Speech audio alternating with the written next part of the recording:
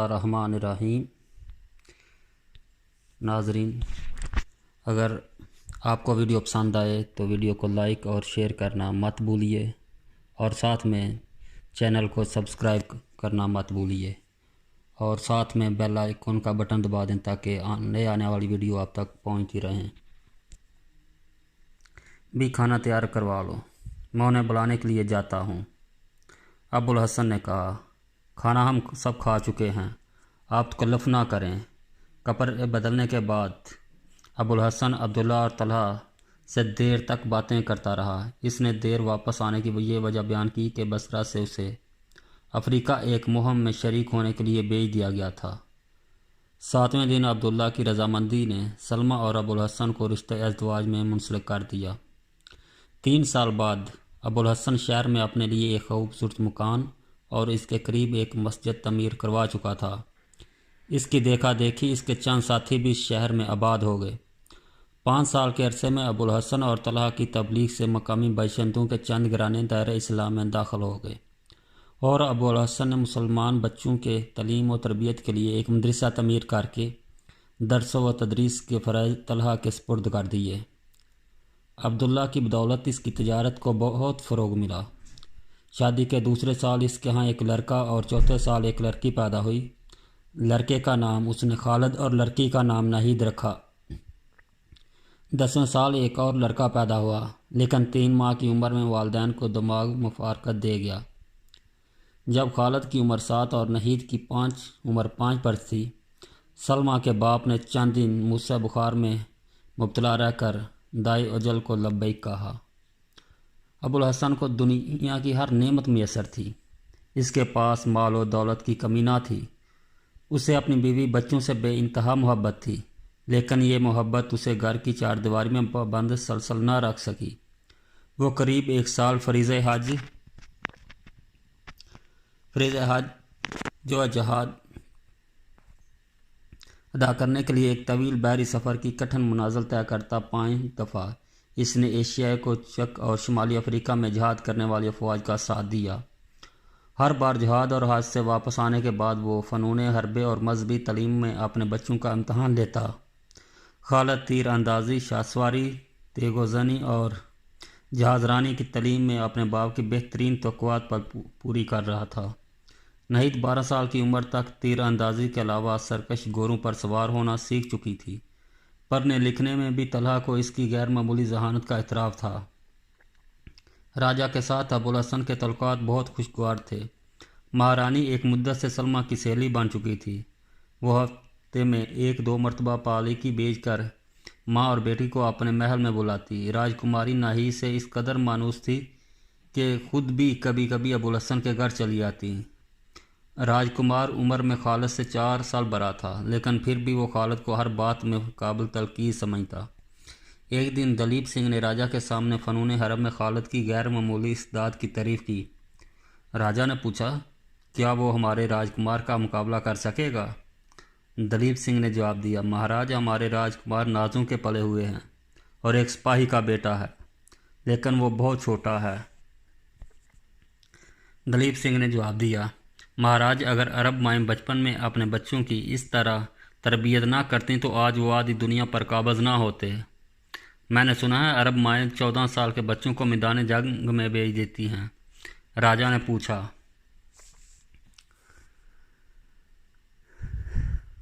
خالد کی کیا عمر ہے؟ مہاراج، یہی کوئی 12 سال ہوگی۔ آخر ان بچوں میں کیا خوبی ہے جو ہمارے بچوں میں نہیں؟ دلیپ سنگھ نے جواب دیا، مہاراج، اگر برا نہ مانے تو میں عرض کروں؟ راجہ نے کہا، کہو مہاراج، ہم میں اور ان میں ایک بنیادی فرق ہے۔ ہم بے شمار دیوتاؤں کو مانتے ہیں، اور ان دیوتاؤں کے علاوہ دنیا کی ہر وہ طاقت جو ہمیں خوفزدہ کر سکتی ہے ہماری نگاہوں میں دیوتا کا درجہ حاصل کر لیتی ہے۔ مثلاً ہماری راہ میں اگر کوئی دشوار گزار پہاڑ آ جائے تو ہم اپنی قوت تسخیر کے امتحان کی بجائے اسے دیوتا سمجھ کر پوجا شروع کر دیتے ہیں، لیکن وہ صرف ایک خدا کو مانتے ہیں۔ اس کے سوا روئے زمین کی کسی بڑی سے بڑی قوت کے سامنے سر جھکانا گناہ سمجھتے ہیں۔ اس کے علاوہ ان کا ایمان ہے کہ انسان مر کر فنا نہیں ہوتا، بلکہ موت کے بعد اس کی نئی زندگی کا آغاز ہوتا ہے۔ ابو الحسن نے ایک دن مجھے بتایا تھا کہ جب خالد رضی اللہ تعالیٰ عنہ کا بہت بڑا سپہ سالار شام کی طرف پیش قدمی کر رہا تھا تو شام کے گورنر نے اسے لکھا تھا تم پہاڑ سے ٹکرا رہے ہو، تمہارے 40,000 سپاہیوں کے مقابلے میں میرے پاس 2.5 لاکھ ایسی فوج ہے جو بہترین ہتھیاروں سے مسلح ہے۔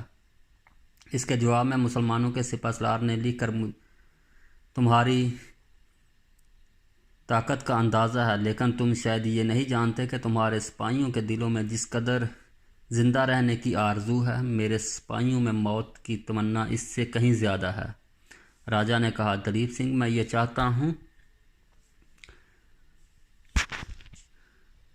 کہ راجکمار کی سپاہیانہ تربیت ابو الحسن کو سونپ دی جائے۔ تم اس سے ملو، اگر وہ یہ خدمت قبول کرے تو ہم اسے معقول معاوضہ دینے کے لیے تیار ہیں۔ دلیپ سنگھ کے کہنے پر ابو الحسن نے راجا کی دعوت خوشی سے قبول کر لی، لیکن معاوضہ لینے سے انکار کر دیا۔ 2 سال کی تربیت کے بعد ابو الحسن نے راجا سے کہا، اب آپ کا بیٹا فنون سپاہ میں اس ملک کے بہترین نوجوانوں کا مقابلہ کر سکتا ہے۔ راجا نے پوچھا، میں جاننا چاہتا ہوں کہ وہ تیر اندازی میں اور شاہ سواری میں خالد کا قابل ہے یا نہیں؟ ابو الحسن نے جواب دیا، خالد نے اس عمر میں تیر کمان سنبھالا تھا جب آپ کا راجکمار کھلونوں سے دل بہلایا کرتا تھا، اور اس عمر میں گھوڑے کی پیٹھ پر بیٹھنا سیکھا تھا جب عمر میں راجکمار کو نوکر کندھوں پر اٹھائے پھرتے تھے۔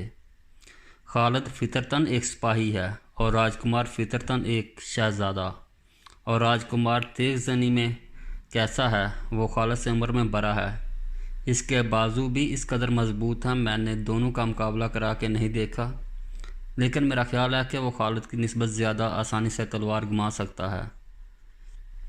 راجا نے بیٹے کو بلا کر پوچھا، کیوں راجکمار، تم اپنے استاد کے بیٹے سے تلوار کے 2 ہاتھ دکھانے کے لیے تیار ہوں؟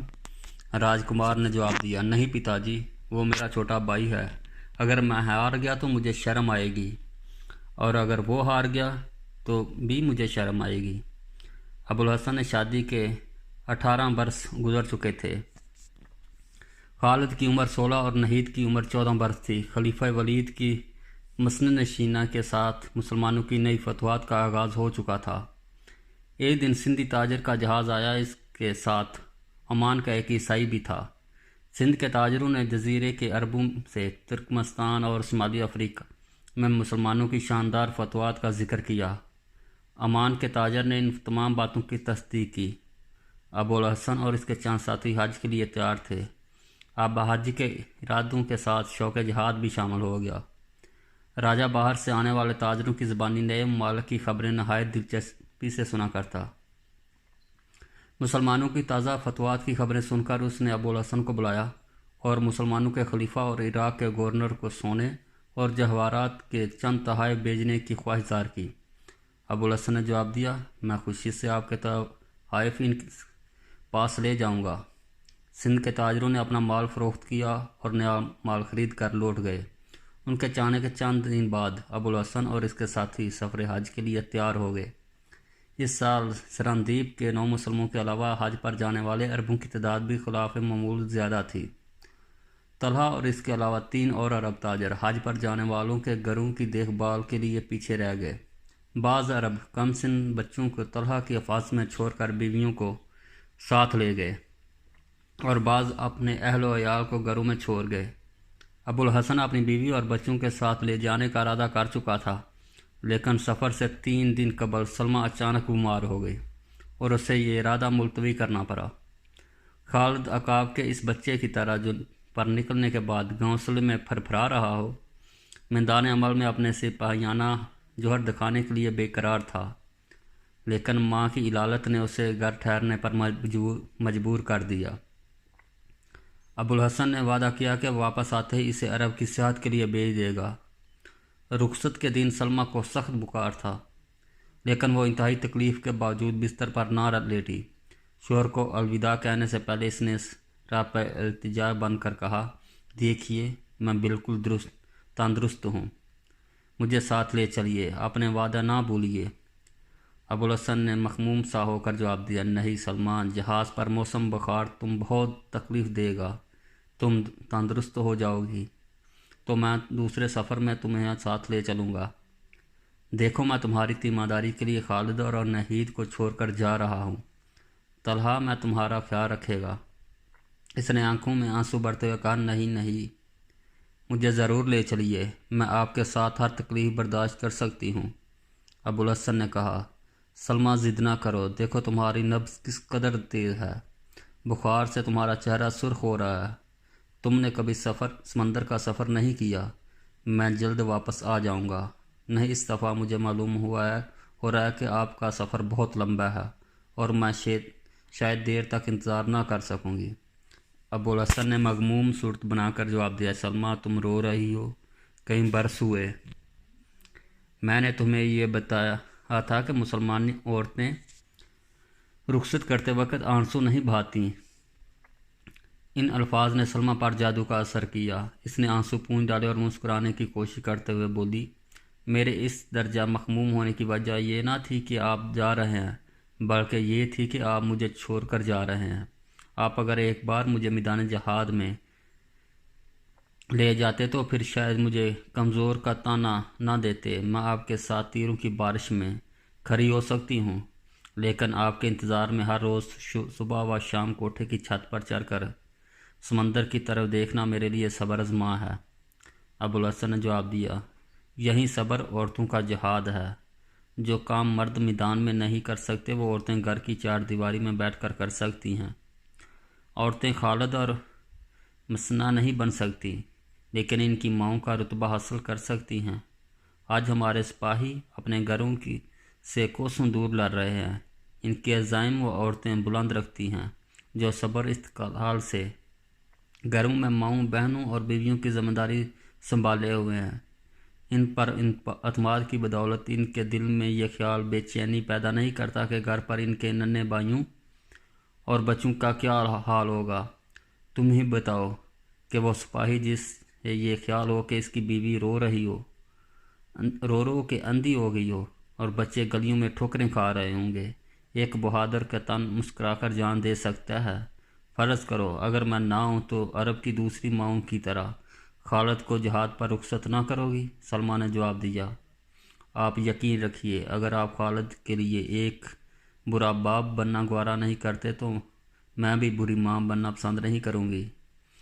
شام کے وقت ابوالحسن کا جہاز روانہ ہوا۔ سلمیٰ نحید کے ساتھ چھت پر کھڑی سمندر کی طرف دیکھ رہی تھی۔ ضبط کے باوجود اس کی آنکھوں میں آنسو آ گئے۔ نحید نے کہا، امی جان، آپ نے ابا جان سے وعدہ کیا تھا آپ ہمارے سامنے آنسو نہ بہائیں گی۔ سلمیٰ نے آنسو پونچھتے ہوئے جواب دیا، بیٹی کاش یہ میرے بس کی بات ہوتی، تمہارے باپ کے مقابلے میں میرا دل بہت کمزور ہے۔ سلمیٰ یہ کہہ کر بیٹھ گئی۔ نحید نے اس کی نبض پر ہاتھ رکھتے ہوئے کہا، امی، آپ کو ابھی تک بخار ہے، آپ بستر پر لیٹ جائیں۔